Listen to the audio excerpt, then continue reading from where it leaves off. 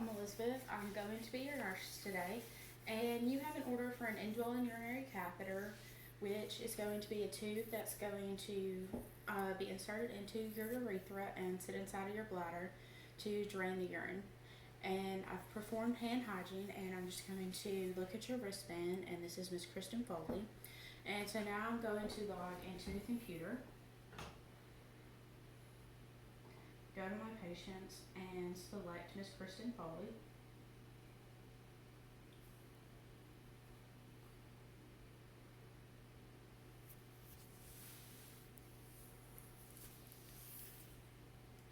And so now once I've done this, I'm just going to confirm her name, medical record number, and date of birth, and they all match. So I'm going to go to my provider's orders.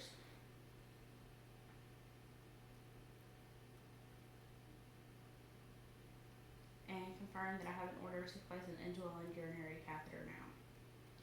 So she's allergic to penicillin and under standard precaution, so this does not contraindicate the procedure. So I'm going to begin.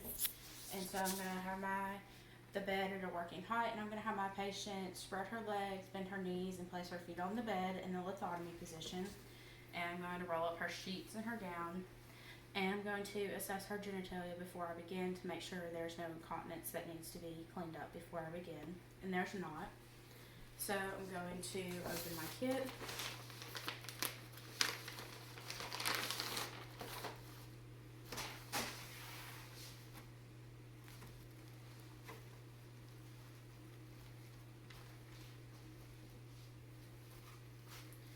And I'm going to go ahead and turn my kit. And then I'm going to remove the drape that goes under the patient. And so the side facing me is the shiny side. So this goes under the patient, and the shiny side goes down because it's water repellent to catch any drips or leaks or anything like that may happen. And now I'm going to marry my two sterile fields together and remove my gloves.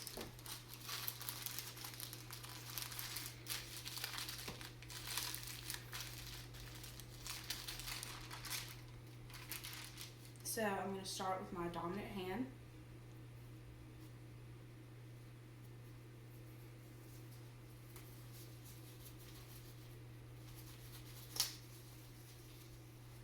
And then I'm going to don my non-dominant hand, not using my thumb.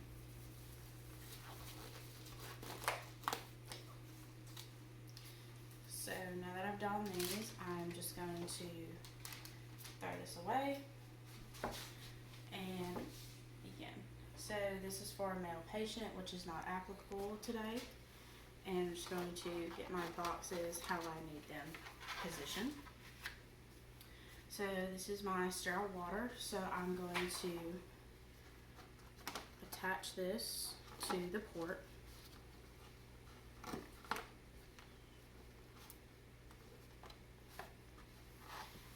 Next, I'm going to take my lubricant, and I'm going to do the first few inches of the catheter using the whole tube, and then I'm just going to place this back inside of the box until I'm ready to insert it.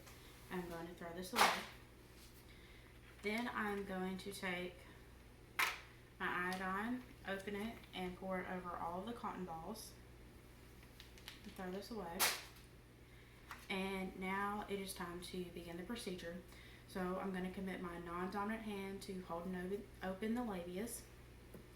And I'm going to begin cleaning away from me, closest to me, and right down the middle over the meatus. So now that I've done this, I'm going to throw away my tongs. And it's time to insert the catheter. So I'm ready to insert the catheter. It's already been lubricated. So I'm going to insert it into the urethra and advance it until I get urine flow. And now that I've gotten urine flow, I'm going to advance it another 1 to 2 inches. And then I'm going to release the labias and commit my non-dominant hand to holding the catheter in place while I inflate the balloon.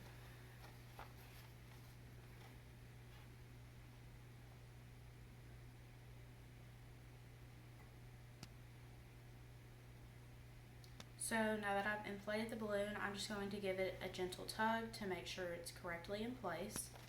And it is, so I'm going to detach the syringe and discard it.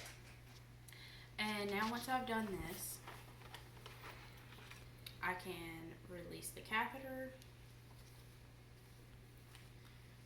I would make sure that this portion is taped to the inside of my patient's thigh, and this part is going to hang off a non-movable part of the bed with no dependent loops or kinks.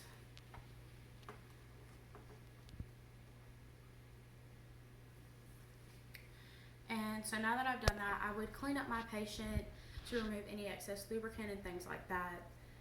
And I'm going to clean up my area.